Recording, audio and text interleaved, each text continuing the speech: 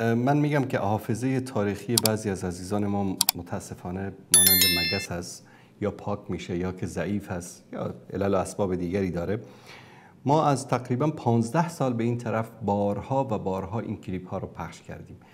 دیگه اینها اعتراف خودشان است، حرف محمد انصاری و ندای حق و وصال حق و نور و کلمه نیست، حرف خودشان هست. شما گوش بکنید این کلیپ رو. دوستان تصویر و صدا رو داشته باشن. چی میگه؟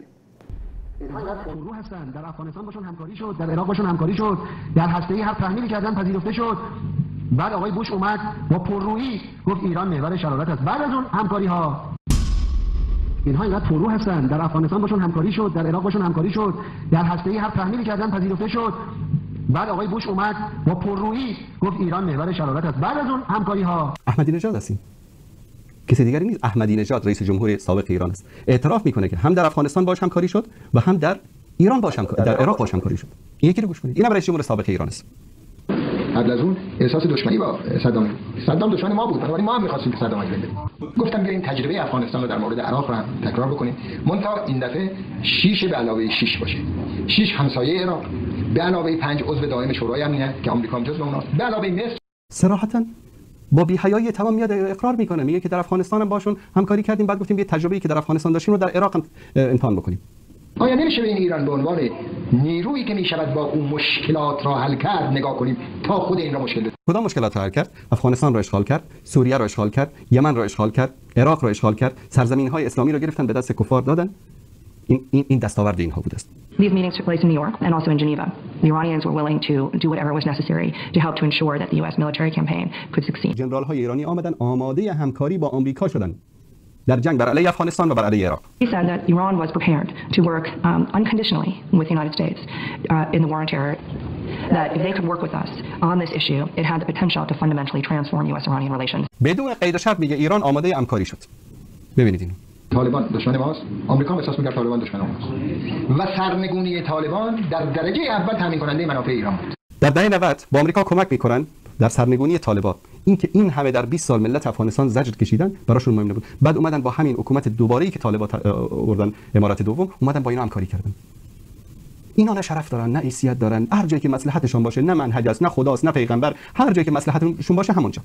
ببینید معاون وزیر خارجه اون وقت ایران چی میگه. نظرشون بود که امریکا اگر میخواد کاری بکنه باید با جبهه متحد یا با دوستان ایران همکاری کنه. یه نظر ما این بود که آمریکا اگر میخواد کاری در افغانستان بکنه با جبهه متحدی که دوستان ایران بودن باید همکاری بکنه.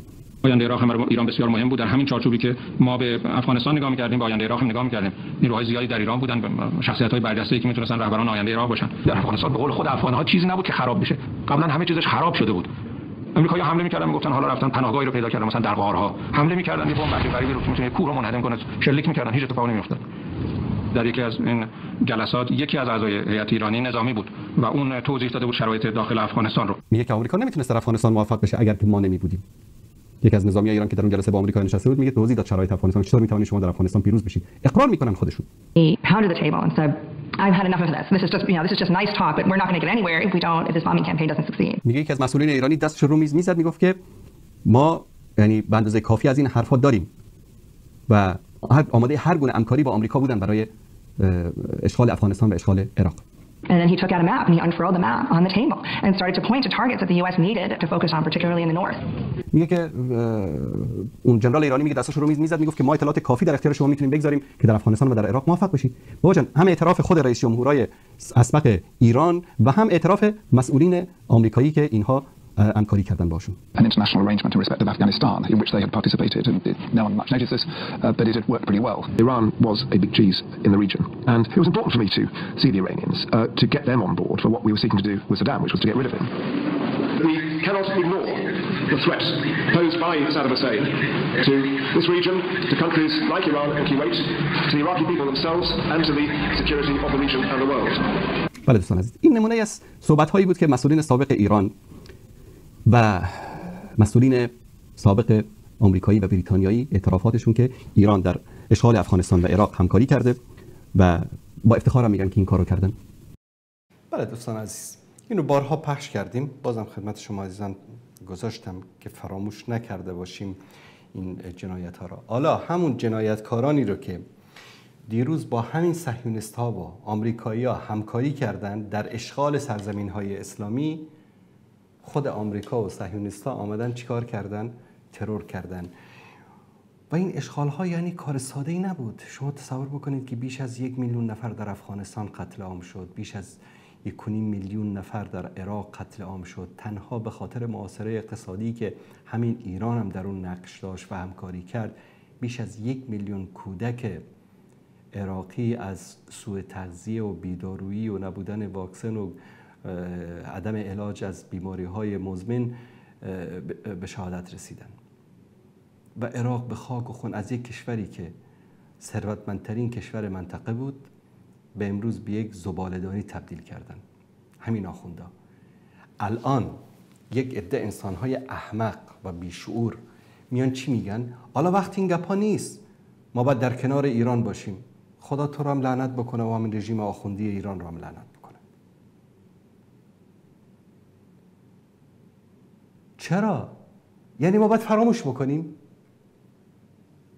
به عزت و عفت هزاران خواهر مسلمان عراقی من در زندانهای عراق، همین روافض، همین سپاه پاسداران و همین آمریکایی‌ها با هم دیگه همکاری کردن، به عفت و عزت اونها تجاوز کردن. من باید فراموش بکنم وقتی این حرفا نیست باید در کنار نظام ایران بایستم؟ چه حماقتی است؟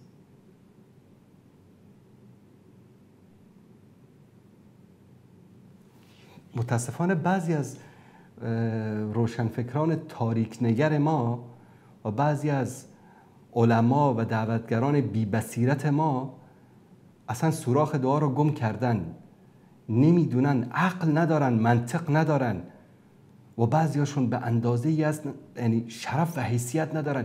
یکیشون اومده مثلا من بعضی از پستاشو نشونتون میدم، بله امروز حرف شیعه و سنی نیست، امروز ما باید در کنار ملت، در کنار مظلوم قرار بگیریم.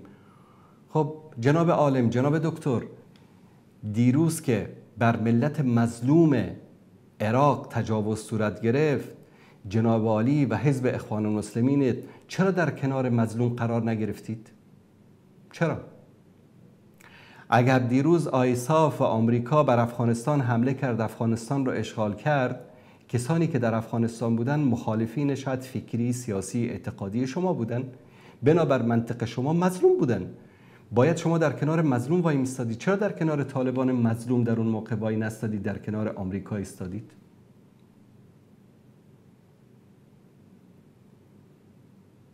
چون امروز حزبشون، شخصشون، بادارانشون از کنار رژیم آخوندی از سفارت ایران خوردن، امروز دیگه باید دوباره باید پس بدن. هر آن کس نان دهد فرمان دهد. تعجب میکنم از وضعیت این انسان ها.